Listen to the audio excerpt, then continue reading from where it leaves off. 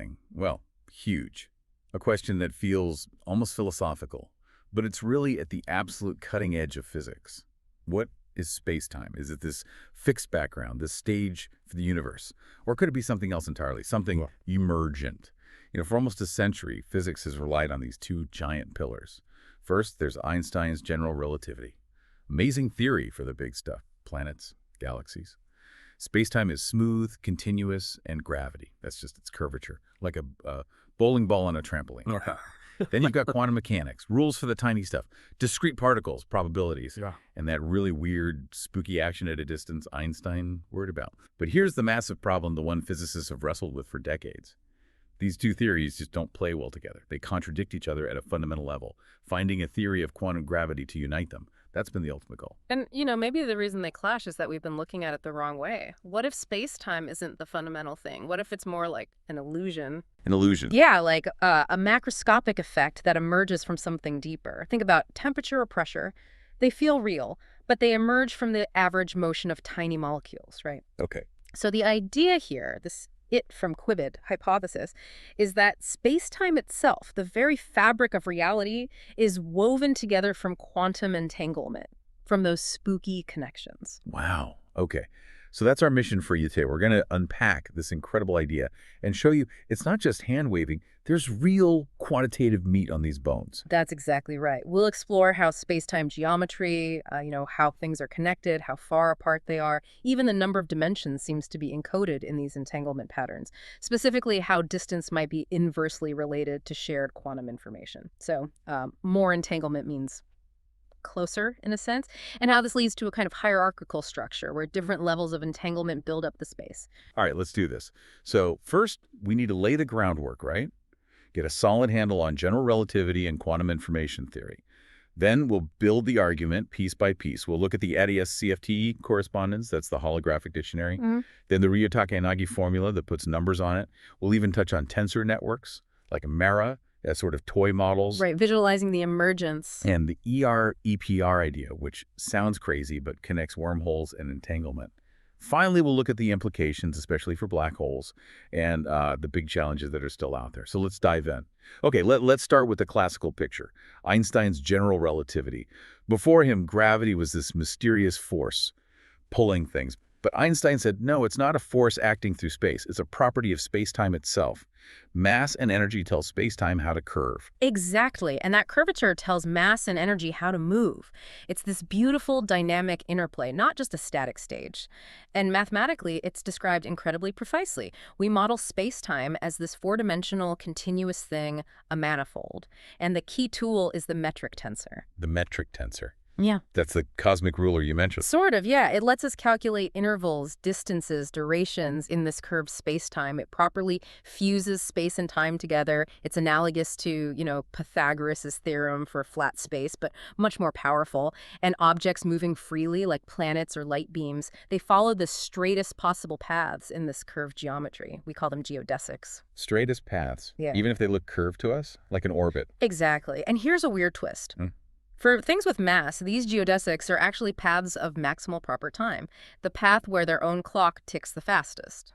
And GR's predictions, spot on. Mercury's orbit, gravitational lensing, the recently detected gravitational waves, extraordinary accuracy.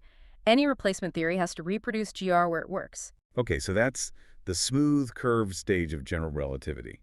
But if that stage emerges from something else, what's the underlying stuff? The quantum substrate. You said the threads are quantum entanglement, that spooky action at a distance. That's the proposal, and spooky is a good word for it. Entanglement links quantum systems, particles, fields, whatever, so their fates are tied together no matter how far apart they are. You measure one, you instantly know something about the other. The classic example is that pair of electrons with opposite spins. Measure one. The other's instantly down, even if it's light years away. Exactly. And experiments like tests of Bell's inequality have proved this is real. It's not some hidden information they carried with them. It's truly non-local, a core feature of quantum reality. Now, these quantum systems are described by their degrees of freedom. DOFIF. Think of them as the dials you need to set to define the state. Position, spin, things like that. In quantum field theory, our best framework for particles, this explodes. Fields fill space-time, so you have, in principle, infinite DO everywhere. This huge sea of quantum possibilities is where space-time might emerge from. Okay, infinite possibilities. But here's the part that really gets me. You said the number of these active threads, these DOFIF, changes depending on how closely we look. That's right. This is crucial. The effective number of degrees of freedom changes with the energy scale you probe. It's like zooming in or out. Like on a digital picture. Zoom out, less detail. Exactly like that. This concept is formalized by something called the renormalization group, or RG flow. It describes how the effective physics changes as you change scale, going from high energy, zoomed in, to low energy, zoomed out. As you zoom out, you average over the fine details, the high-energy DUF effectively disappear from view. Okay. And here's the deep connection. Entanglement, entropy, a measure of how much entanglement there is, can also measure these active degrees of freedom. And critically, this entropy decreases as you zoom out, as you flow to lower energies. So the leap is, what if we identify an emergent spatial dimension with this energy scale? Then moving deeper into this dimension is like performing RG flow. Well, so moving through this emergent space is changing the entanglement structure, changing the number of active threads. Precisely. It naturally builds a hierarchical structure. The entanglement patterns themselves create the geometry layer by layer. Oh. Well, it's profound. Okay, my head's spinning a bit, but in a good way. So how do we formalize this? How do we actually connect gravity and entanglement? You mentioned a holographic dictionary. Right. This comes from the ADS-CFT correspondence, discovered by Juan Maldacena back in '97. It's a stunning duality, an exact equivalence between two very different theories. It grew out of the holographic principle. The idea that all the information in a volume can be stored on its surface, like a hologram. Exactly. So ADS-CFT relates a theory of quantum gravity, like string theory, living in a specific kind of curved space-time called anti-de Sitter space, the bulk. Okay, the higher dimensional space. To a completely different theory, a quantum field theory without gravity, called a conformal field theory, or CFT, living on the lower dimensional boundary of that space. So gravity in the bulk is equivalent to a non-gravity theory on the boundary. That's the duality. And there's a precise dictionary mapping concepts between the two. What's really powerful is the strong-weak coupling aspect. Meaning? When the boundary CFT is strongly interacting and hard to calculate, the bulk gravity is weakly curved and easier to handle, and vice versa. This lets us study tough quantum problems using simpler gravity calculations. But the key point is the bulk geometry isn't fundamental. It's encoded on the boundary. Yes. The bulk, including that extra dimension, emerges from the states and correlations of the boundary CFT. That extra dimension is essentially related to the energy scale on the boundary. Moving deeper into the bulk is like probing lower energies on the boundary. Okay, that's the framework, the dictionary. But how do we read it? How do we translate entanglement into actual geometry? You mentioned the Ryu-Takayanagi formula, RT. Yes, RT from 2006. This is like the Rosetta Stone connecting the two sides. It gives a precise quantitative link. The formula is beautifully simple. SA equals area gamma A divided by 4GN. Okay, break that down. SA. SA is the entanglement entropy of a region A on the boundary CFT. It measures how much A is entangled with the rest of the boundary. And the area gamma. That's the area of the minimal surface. Think of it like a soap film stretching through the bulk, whose edge matches the boundary of region A. And GN is Newton's constant. So boundary entanglement equals bulk area. That's direct. It's incredibly direct. And it looks just like the Bekenstein-Hawking formula for black hole entropy, which also relates entropy to area. This suggests it's a much more general principle. And think what it implies. If entanglement is the glue, imagine two neighboring regions, A and B, on the boundary. Okay. They share some entanglement, represented by that minimal surface connecting them in the bulk. Now, what if you could magically reduce or destroy the entanglement between A and B? What happened? The RT formula says the area of that connecting surface has to shrink. If you destroy all the entanglement, the area goes to zero. Geometrically, that means the bulk spacetime literally pinches off. It disconnects between A and B. So space itself can tear if the quantum connections break. That's what the math suggests. The connectivity of space emerges from entanglement. We can make this even sharper using mutual information, IAB, which measures all correlations, quantum and classical, between A and B. For small regions, the shortest distance, the geodesic distance, between them through the bulk is inversely related to their mutual information. So more shared information means closer. Essentially, yes. Often it goes like distance is proportional to the negative log of mutual information. Closeness is shared information in this picture. Okay, that's the top-down view from holography. Yeah. But can we see this emergence happen from the bottom up? Like, build a model. You mentioned tensor networks. Mira. Right. Mira multiscale entanglement renormalization, ANSATs. It's a specific type of tensor network that provides a really concrete, albeit simplified, model for how geometry can emerge from entanglement structure. How does it work? You start with a line of qubits representing the boundary system at the finest scale. Then you build it up in layers. Each layer involves 2 steps. First, you apply operations called disentanglers. These remove short-range entanglement between adjacent qubits. They sort of tidy up the local correlations. Okay, cleaning up the entanglement. Then second, you do coarse graining. You take blocks of these now less entangled qubits and map them to single qubits in the layer above. This is like zooming out, representing the system at a larger scale. The information about the entanglement you removed gets passed upwards into the bulk of the network. And you just keep repeating this layer after layer. Exactly. You iterate this process. Each layer represents a larger length scale, a lower energy scale. The network naturally forms a structure, and the geometry is striking. The horizontal direction is the original space. The vertical direction, moving up through the layers, that corresponds to the emergent radial dimension of ADS space. It represents the energy scale. So the network itself looks like a slice of ADS space. It has the right geometric properties, yes. And distances are related to paths through the network. The geodesic distance between 2 boundary points is roughly the number of tensors you need to traverse to connect them through the bulk of the network. What's really neat is the hierarchy. Qubits way up at the top, deep in the bulk, represent the long-range, low-energy entanglement of the original state. And they use only a tiny fraction of the original degrees of freedom. All the short-range stuff got filtered out. Yeah, right. It shows constructively how different scales of entanglement build up the geometry. Entanglement between nearby points deep inside involves far fewer fundamental qubits than entanglement between distant boundary points. It's a model for how distance and scale emerge. That's a fantastic visualization. Okay. Okay, so we have the dictionary, the formula, the model. What about that ER-EPR conjecture, connecting wormholes and entanglement? Ah, yes. ER-EPR from Meldicina and Susskind in 2013. This is a really bold, intuitive leap. What's the core idea? It proposes that any 2 entangled particles, the classic EPR pair, are actually connected by a microscopic wormhole, an Einstein-Rosen bridge, or ER bridge. Wait, seriously, a wormhole connecting entangled electrons? That's the conjecture, a non-traversable one, mind you. You can't send signals through it. But it provides a geometric connection that explains the correlation. It's not spooky action at a distance, it's spooky action through a wormhole. Okay. Why propose something so wild? It actually came about as a potential solution to the black hole firewall paradox, a really thorny problem. The firewall, right. The idea that falling into an old black hole would be like hitting a wall of energy at the horizon. Exactly, which contradicts General Relativity's prediction of a smooth crossing. The paradox arises from entanglement monogamy. Hawking radiation leaving the black hole has to be entangled with its partner inside. Okay. But it also has to be entangled with radiation that left earlier, otherwise information is lost. But a single quantum particle can't be maximally entangled with 2 separate things at once. That's the monogamy rule.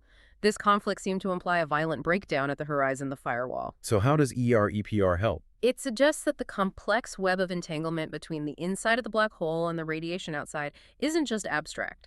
It's physically realized as a whole network of tiny ER bridges, wormholes, connecting the interior to the exterior radiation. So the entanglement is the geometry. In a sense, yes. This geometrization avoids the entanglement overload that leads to the firewall. The wormholes provide the necessary connections without violating monogamy, preserving a smooth horizon. It basically says entanglement is wormholes. That's a heck of an idea. Okay, so bringing all this together, what are the biggest payoffs? You mentioned the black hole information paradox. Yes, this is probably the paradigm's most celebrated success so far. Resolving, or at least providing a consistent framework for resolving, the information paradox. Just to remind everyone, Hawking's original calculation suggested black holes destroy information, right? They start as pure states, evaporate into thermal radiation, and the information vanishes. Violates quantum mechanics. Correct. It violates unitarity, a cornerstone of quantum theory. For decades, physicists wrestled with this. Was Hawking wrong? Was quantum mechanics wrong? Then Don Page made a key prediction. If black hole evaporation is unitary, if information is preserved, then the entanglement entropy of the Hawking radiation shouldn't just keep rising forever. It should follow the page curve. Rise, then fall. Exactly. It should rise until the black hole is about half evaporated the page time, and then it should decrease, going back to zero when the evaporation is complete. Hawking's calculations showed it just rising linearly. So how did the new framework solve this? You mentioned a breakthrough in 2019. Yes. Researchers used the tools of holography, specifically a refinement of the RT formula called the Quantum Extremal Surface, QES formula. It's a bit more sophisticated. What did they find? They found that when you calculate the radiation's entropy using the QES formula, the result depends on which extremal surface has the minimum area. Early on, it's the surface you'd expect. But after the page time, A different surface takes over. exactly, a new surface becomes minimal. And crucially, this new surface includes a disconnected region inside the black hole. This region is now famously called the island. An island inside the black hole, but part of the calculation for the radiation outside. That's the key insight. When you include this island region as part of what the radiation is entangled with, the calculation precisely reproduces the page curve. The entropy goes down just as Page predicted for a unitary evolution. Wow. So the information isn't lost, it's encoded in correlations between the radiation and this island inside the black hole. That's the interpretation. The discovery of this island rule is considered incredibly strong evidence that information is preserved and that this whole space-time from entanglement picture is on the right track. It's a major triumph. It really sounds like a huge step. But it can't be the full picture yet, right? There must be challenges. We're still in uncharted territory here. Absolutely. Huge challenges remain. One of the biggest is what I call the de Sitter challenge. De Sitter, that's our actual universe, right? Expanding, accelerating. Yes. The problem is that AD-SCFT, the cornerstone of this framework, works beautifully for anti-de Sitter space, negatively curved, static boundary. Our universe has a positive cosmological constant. It's dynamic, expanding. It's de Sitter space or something close to it. And extending holography to de Sitter is hard. Extremely hard. Attempts so far have run into serious conceptual roadblocks. The boundary theory seems non-unitary. Probabilities don't add up to one. The RT formula gives complex areas for extremal surfaces. Complex areas, what does that even mean? Nobody's really sure. People talk about pseudo-entropy or time entanglement, but the physical interpretation is murky. It suggests maybe the fundamental rules relating entanglement in geometry need modification for an expanding universe like ours. It's a major hurdle. Okay, that's a big one. Then there's the problem of locality and observers. Think about EPR. It says maximally entangled particles have zero distance between them via their wormhole. Right, but we can entangle particles kilometers apart in a lab. They're definitely not at zero distance. Exactly. It seems like a direct contradiction. The likely resolution points to the difference between simple models and reality. Real lab particles aren't just pure entangled spins. They have positions, momenta, interactions, lots of other degrees of freedom. While their spins might be near maximally entangled, their total quantum states are not. Ah, so their total shared information isn't maximal. Right. The total mutual information is finite, which, according to the general principle, leads to a finite, non-zero emergent distance. It highlights that we need to be careful applying these simple models directly.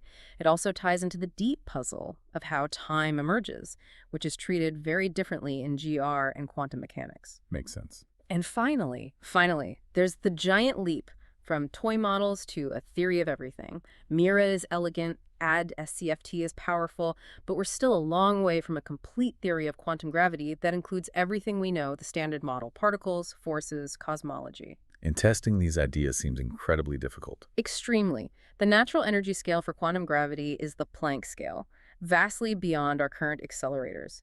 There are some clever ideas for tabletop experiments using highly entangled systems, looking for tiny signatures, but it's pushing the absolute limits of technology. So quite a journey we've taken you on today. From Einstein's curved spacetime to this radical new picture. The core idea, the big takeaway for you, is that spacetime might not be fundamental.